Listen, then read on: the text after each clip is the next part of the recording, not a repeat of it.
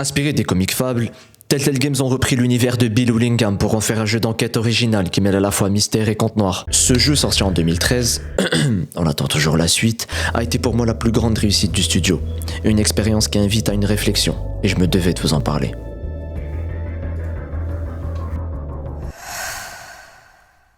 L'histoire de The Wolf Among Us se passe à Fableville, une ville corrompue où la misère et la criminalité sont le quotidien des fables qui vivent parmi les humains. Bigby Wolf, shérif de Fableville, anciennement connu sous le nom du Grand Méchant Loup, va devoir enquêter sur des mystérieux meurtres accompagné de Blanche-Neige, adjointe au maire de l'administration de Fableville.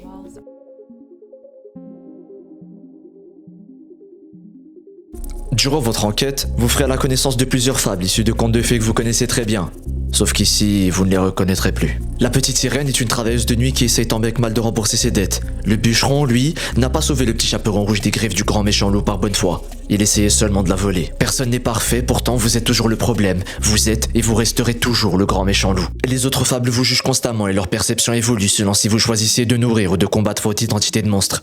Car vous avez le choix, une mécanique centrale du jeu qui se traduit le plus souvent par un choix de dialogue ou d'interaction. Par exemple, Blanche-Neige veut des procédures équitables alors que vous êtes sur le terrain, confronté à des horreurs et à des criminels dangereux. Quelle serait la méthode que vous choisiriez, dites-moi? Interroger ce suspect de manière brutale pour obtenir des réponses quitte à ternir encore plus votre réputation? Ou alors être plus clément et risquer de jamais avoir de réponse? Le choix vous appartient.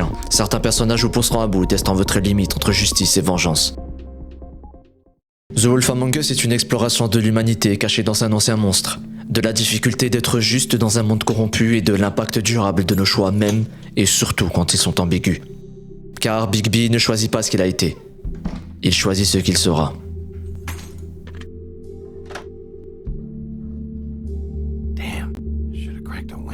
Ce qui est étrange avec ce jeu, c'est que rien ne paraît réel, comme si on vivait un rêve, une sorte de simulation dans laquelle nous sommes bloqués.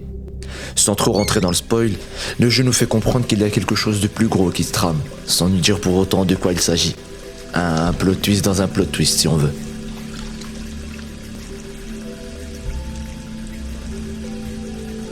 Le pire, c'est qu'après avoir terminé le jeu, j'ai eu l'impression qu'on m'avait menti. Que les choix qui me paraissaient justes n'étaient que la matérialisation d'un idéal auquel je pensais bon. Parce qu'au final, qu'est-ce qui est bon ou juste?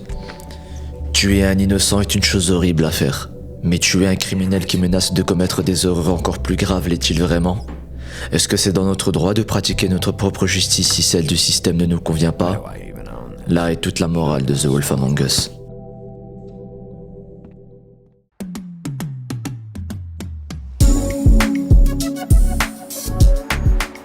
Le jeu ne vous impose jamais ce qui est bien ou mal. Il vous met dans des situations où aucune réponse n'est parfaite. Vous sauvez l'un, l'autre meurt. Vous protégez quelqu'un, il vous trahit. Vous faites preuve de pitié, on en profite, ou on vous remercie.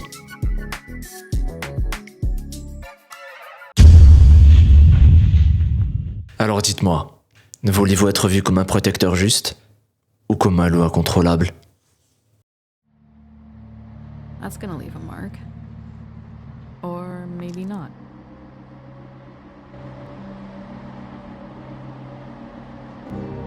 Hey,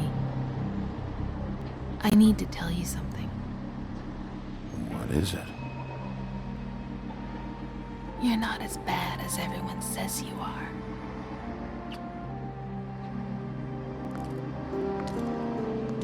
I'll see you around, Wolf.